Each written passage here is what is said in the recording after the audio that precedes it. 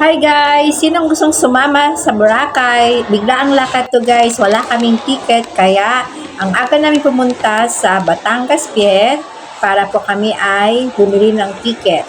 Ang amin po sanang gustong sakyan na barko ay to go travel. Kaya lang po, cancel po yung kanilang flight. So naghanap po kami ng ibang shipping company. So Starlight po yung nabilhan namin.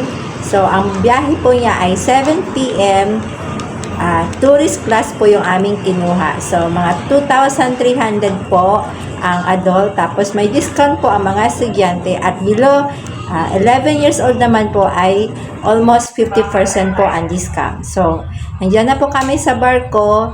Ito po yung kanilang tourist class. Sa Starlight po yan. And then 5 p.m. po, nandito na po kami sa Katiklan. Waiting na po kami para po kami ay bumaba.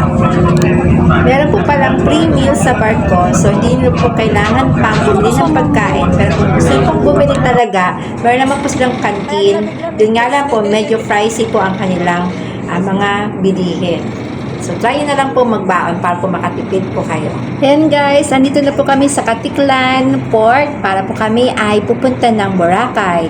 So, yan po ay maglalakad ka lang po konti sa kanilang pong terminal and then lipat po kayo ng kabilang gate.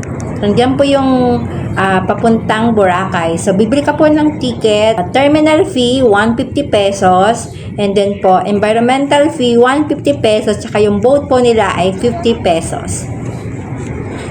Ito po yung aming bangkang sasakyan.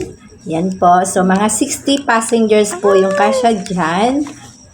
So, waiting po kami para po mapuno yung loob ng bangka. Number.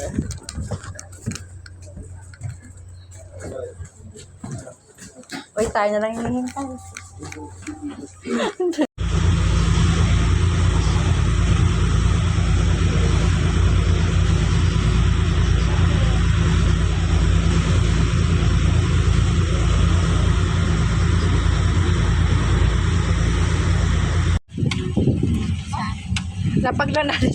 Actually guys, ang aga po namin ngayon sa Boracay. Dapat po ay 2 p.m. pa yung check-in namin sa hotel. Kaya lang po, pumunta na po kami ng Boracay para po kami ay makapag-ikot. So, ang ginawa po namin, iniwan po muna namin yung gamit namin sa lobby ng hotel. And then, nag-ikot-ikot po kami sa D-Mall and then sa Front Beach.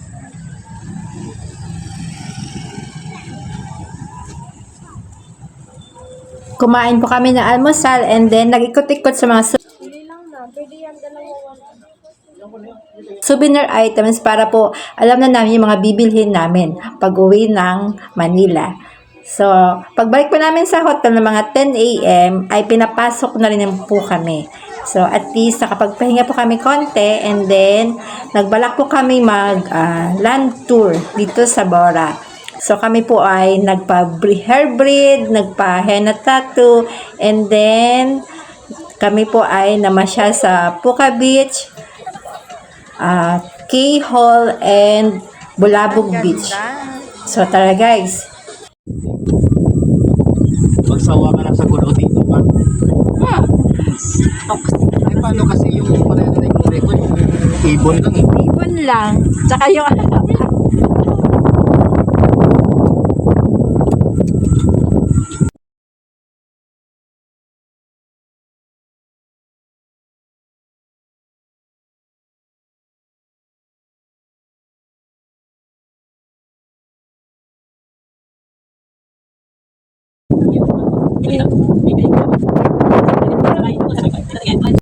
Angel Locsin? Parang bakasyonan lang niya. Ay, magre-rent lang. Sir, Bruce ko sa ma'am kayo, pretty face. Yeah, 1, 2, 3. Family group hug. 1, 2, 3. One more, 1, 2, 3. Okay. Pwede, picture lang na. Tumagas na sa ina.